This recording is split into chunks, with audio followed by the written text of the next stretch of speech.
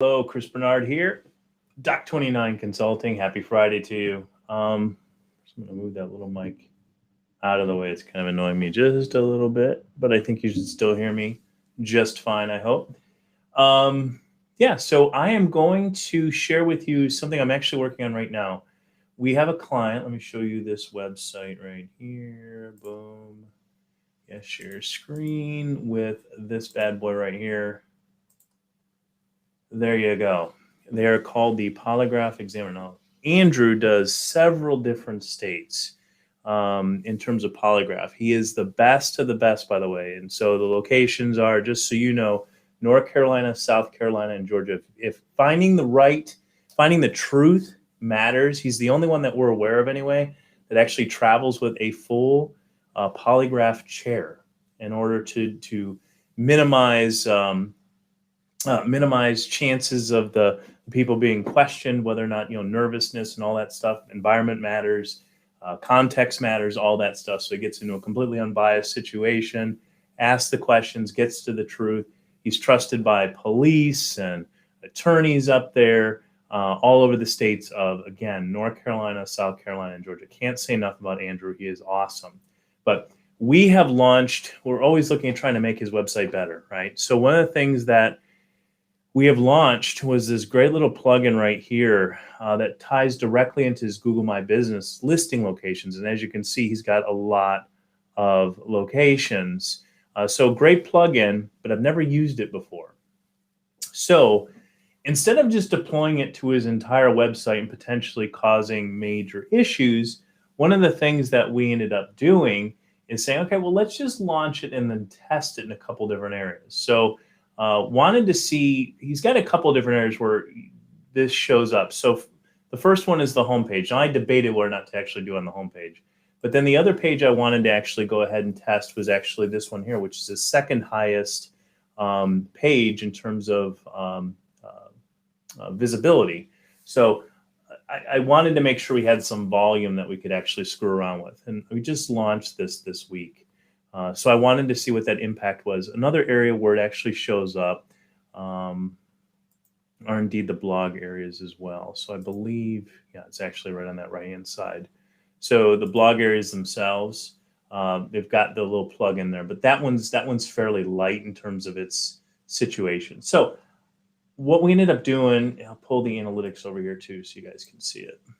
Okay, so I wanted to actually see one of the areas that you can actually look at, by the way, is if you use Google Analytics, you can actually go to behavior and can actually look at site speed and page timings. Okay, and you guys can actually see this. So relationship struggles, and all I did was set this, by the way, for this last, let's say, 7 days. Yeah, 7 days. I did want to capture today because, again, as you can see, we launched it on the 27th. So I wanted to kind of see what was going on in terms of this. So actually, I think we launched on the 26th. We saw a spike on the 27th. Actually, we did launch on the 26th. So we saw a spike on the 27th in terms of site load time. I couldn't actually, I mean, it says 40 seconds. It was never even close to that. So don't know exactly what's going on there. But again, what I'm looking at is trends, right?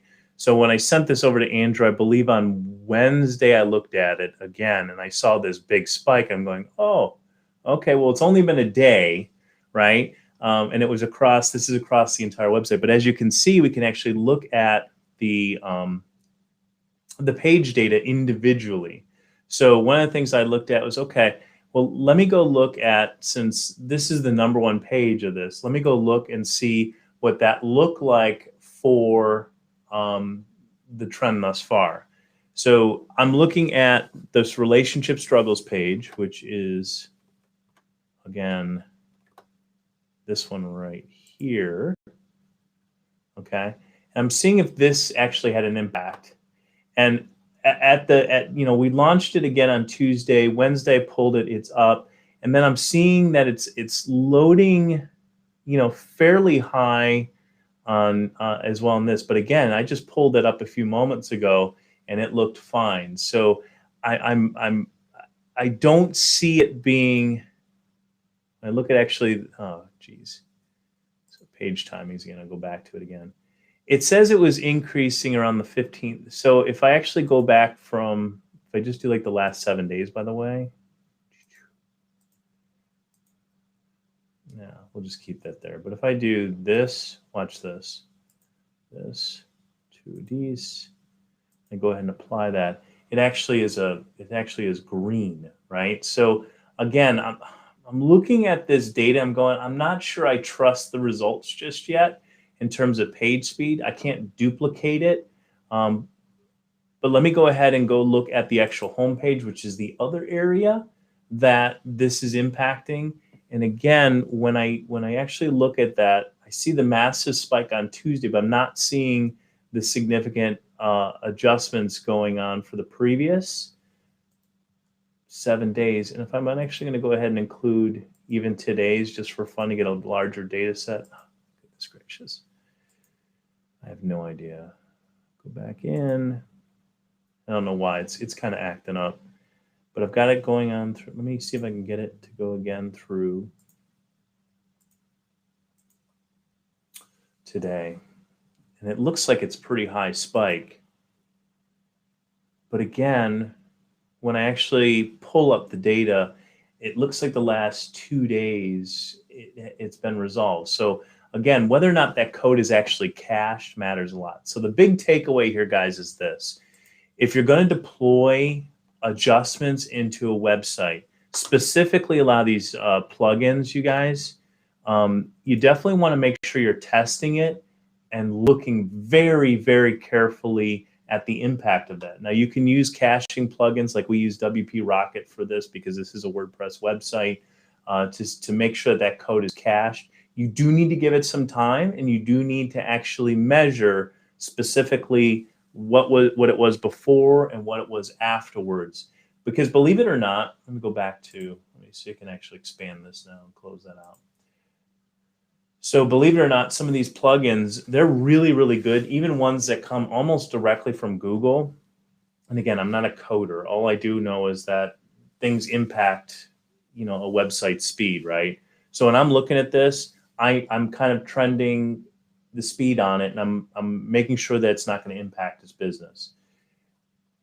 There are plugins directly from Google that you would think will load, that are a lot thinner in terms of the actual code.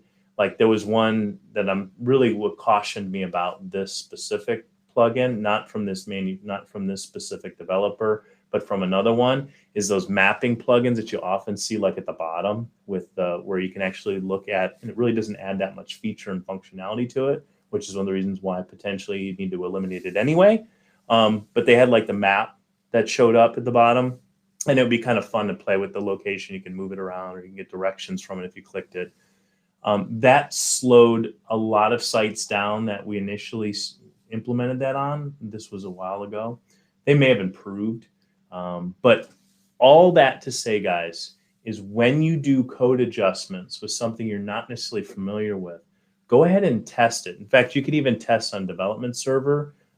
We wanted to just move ahead and test this since it did seem to load very quickly in the test that we did across Chrome, Edge, as well as Firefox, and then even on the mobile devices as well. It seemed to load relatively fast, actually very fast, at least from all aspects that we were able to see.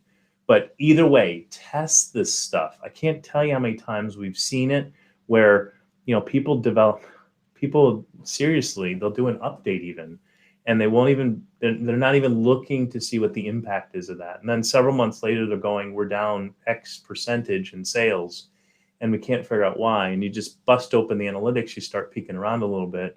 You're like, well, what happened on the 28th of, whatever date?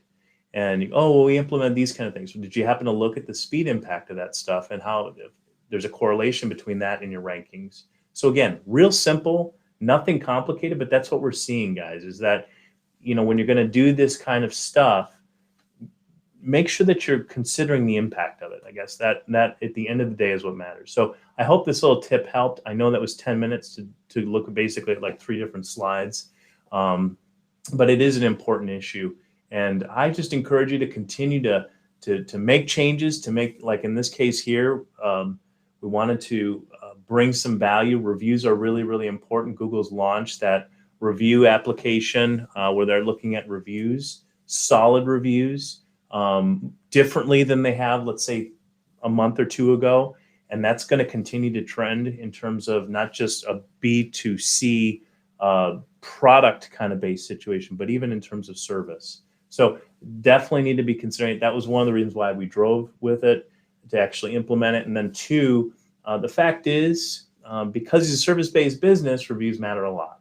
So we do know that it has an impact, so we wanted to implement it. So if you want more information on that plugin, it is a paid plugin, by the way. I think it's a very, very good plugin thus far. The jury's still out whether or not it's going to slow down the site to the point where we need to be doing this. Although, again, I don't know. I'm kind of thinking it's not, but we'll see probably like early next week, mid next week. Yeah, have a great weekend, you guys. Hope all is well, and we will talk to you later.